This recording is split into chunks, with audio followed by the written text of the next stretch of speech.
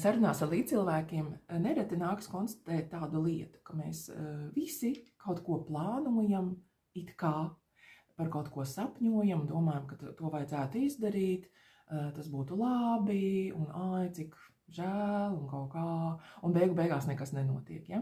Visiem mums ir kaut kādas tādas sapnīši, aizturētās idejas un tā tālāk. Un šajā brīdī ir svarīgi saprast, kāpēc vispār tu kaut ko dari tajā virzienā vai nedari. Vai tas ir tāds patiešām, vai tu to nevēlies, vienkārši tu to saki, tu deklarē, ka tu to gribi, jo tas ir vienkārši sabiedrībā pieņemts, labi pateikt, ka jā, es gribu savrupmāju ar dārziņu, pieņemsim, ja? Vai arī tev patiešām to gribās, bet kaut kāda iemesla pēc tu to nedari. Un šajā sakarībā man ir fantastiska metodika tieši par mērķa izstrādi un mērķa diagnostiku vispirms. Tātad mēs saprotam, kurš tavs mērķis būtu vispiemērotākais, kurš tevi ceļ emocionāli, kurš tev dod visādus labumus, kurš ir tavs visambiciozākais mērķis.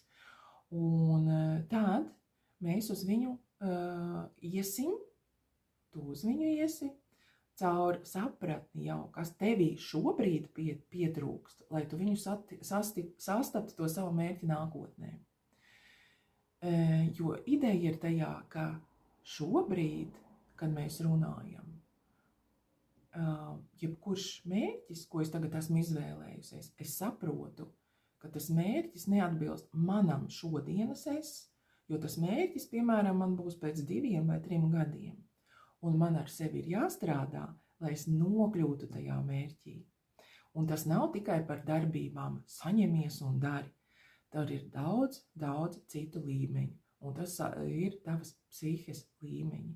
Tās ir tavas vērtības, tavas pārliecības. Ne tikai darbība. Tā ir tava vide, ar kādiem cilvēkiem tu sadarbojies.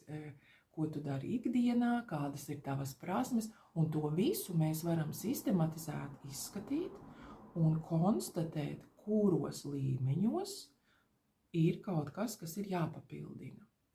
Un mēs izvēlamies visambiciozāko, bet reālo mērķi, ko tu vari sasniegt 2 vai 3 gadu laikā, pieņemsim, ja? Un apskatāmies tieši konkrēti, kas tev pietrūkst, lai šo mērķi realizētu. Interesanta pieeja personiskai izaugsmei caur mērķi. Uzstādām mērķi, kurš mums radīs visus apstākļus, lai mēs pievilktos un kļūtu arī citi cilvēki.